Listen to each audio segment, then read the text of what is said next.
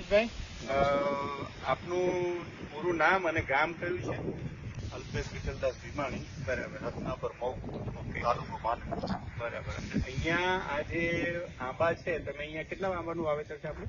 અમારા આખા મહુ, રત્નાપર, દેવપર એ આજુબાજુના એરિયામાં લગભગ ઓછામાં ઓછું 2.5-3 લાખ રોપાનું વાવેતર હશે બધું આખા ગામની અંદર. બરાબર.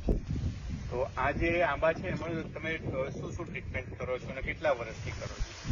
છેલ્લા 4-5 વર્ષથી કન્ટિન્યુની નીચે ગાયોનું ગોબર ને ભારત કૃષિ પેન શ્રી ફોર્સ ને એ ફોસ્ફરસનું કામ કરે છે. એનું કાઇકેન કરીને પોટાશ આવે છે, એ નેચરલ છે. છેલ્લા 3-4 વર્ષથી અહીંયા બધા આંબા જે ફેલ થાય છે એમાં એવું લાગે છે કે આંબાને કોઈ ડીએપી કે એ ટાઈપની કોઈ જરૂર પડતી નથી.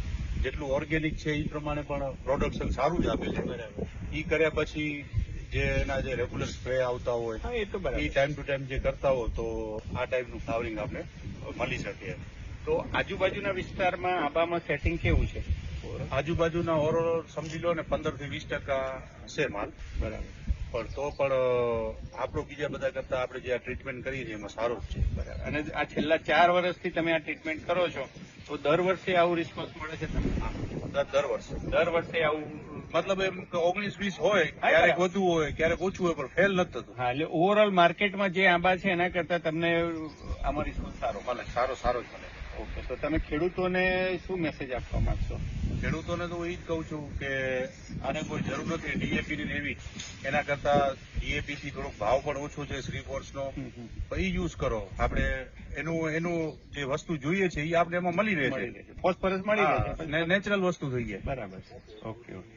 એટલે આપણો ઈ જ છે કે શ્રી ફોર્સ ને કાઇકેન નો યુઝ કરાય. બરાબર. ને કેરીને જે આંબાને જેટલું જોઈએ છે એટલું એને મળી રહે છે.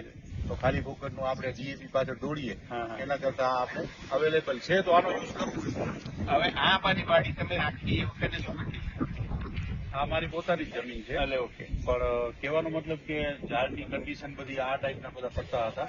બરાબર. એટલે નવા પત્તા બહુ આવતા નહીં. પણ આ છેલ્લા 3-4 વર્ષથી કરું છું તો નવા પત્તા પણ રેગ્યુલર ટાઈમે ફ્લાવરિંગ વગરના ઝાડની અંદર નવા પત્તા આવી જાય છે. બરાબર. ને માલનું બધું નીકળી જાય છે. ચોમાસાની અંદર પણ એક વખત નવી થઈ જાય. બરાબર. એટલે 4 વર્ષ પહેલા જયારે તમે કેમિકલ વાપરતા હતા એ વખતે બધા પત્તા એક સાથે નવા નતા આવતા. આવે કે ન આવે એ બધી પોઝિશન રહેતી. એટલે 4 વર્ષથી જે શ્રીફોસ વાપરવાનું ચાલુ કર્યું એના પછી રેગ્યુલર તમારે પાછી પત્તાની ગ્રીનરી બીજું બધું કમ્પ્લીટ આવે છે.